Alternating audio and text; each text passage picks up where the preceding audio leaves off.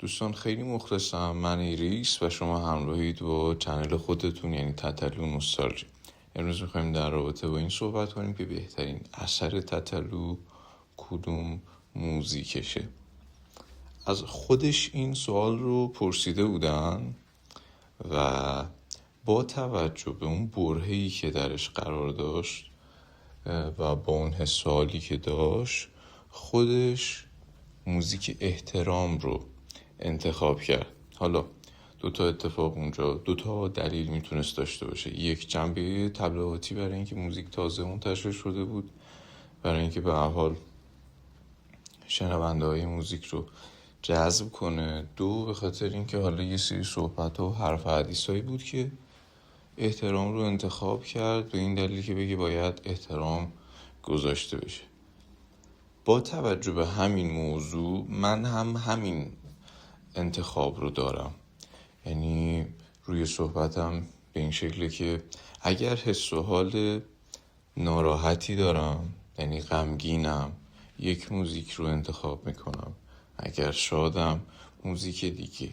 اما به هر حال باید آدم یک دونه انتخاب قاطع رو بین گزینه ها همیشه داشته باشه دیگه. نمیشه اگه بگیم آقا یه دونه رو باید انتخاب کنی، حالا چی؟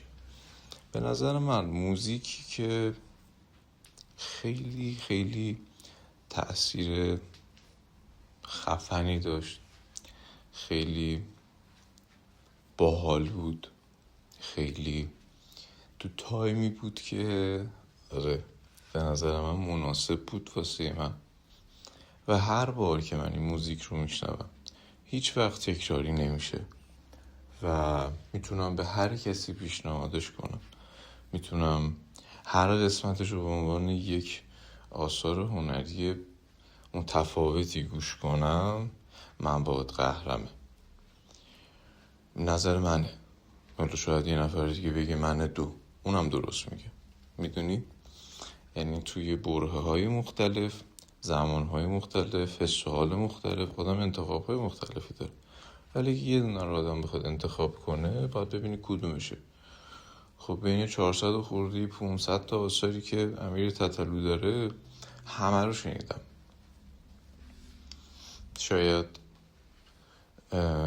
بیش از 95% فلورایمشون رو بلد باشم، بتونم همخوانی کنم. متنشون رو شاید 50% رو بلد باشم.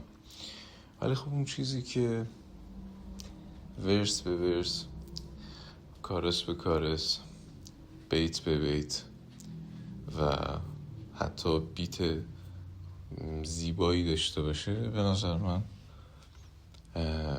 من باید قهرم. ولی خب آثار زیاد داری که نتونم بینشون انتخاب داشته باشم. اینو به اجبار انتخاب کردم، اینجوری بگم. به نظر من اگر که بخوایم انتخاب درستری رو یا شیوه درستری رو انتخاب کنیم، اینه که بگیم 10 تای اول رو بگو. اینجوری باز به خیلی از موزیک ها کم لطفی نمیشه. شما هم نظر خودتون رو حتما کامنت کنین دوستان، چون برام سوال شده بود. این پادکست رو دارم تهیه میکنم. بعضی ها البته پرسیده بودن در کامنت های قبلی توی بعضی از شورت ها بگو لطفاً فلان. اون موقع گفتم نه نمیتونم، هنوزم یادمه و یادم ناراحتم شده بودی چرا نگفتی. خب نگفتم دیگه. شما هم بنویسین، کامنت کنین، دوست دارم بدونم. ولی یه دونه، فقط یه دونه. آره، به قول اون شورتی که گذاشتم از کنسرتش، دوستان فقط یه دونه. از یه دونه از خانوما میخواست که بیاد همراهیش کنه روی سن. خیلی مخلصیم.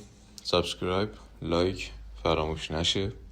دوستتون دارم زیاد و امیدوارم که با موضوعات و با پادکست های دیگه توپق زدم، نه اب نداره، همه با هم دیگه رفیقیم. با پادکست های دیگه سوالهای دیگه و بررسی‌های دیگه با هم دیگه همراه باشیم و با هم دیگه وایب خوبی رو تولید کنیم. امیدوارم حال دلتون خوب باشه، هر جا هستین سالم سر حال در کنار خانواده و جیبتون پر از پول باشه.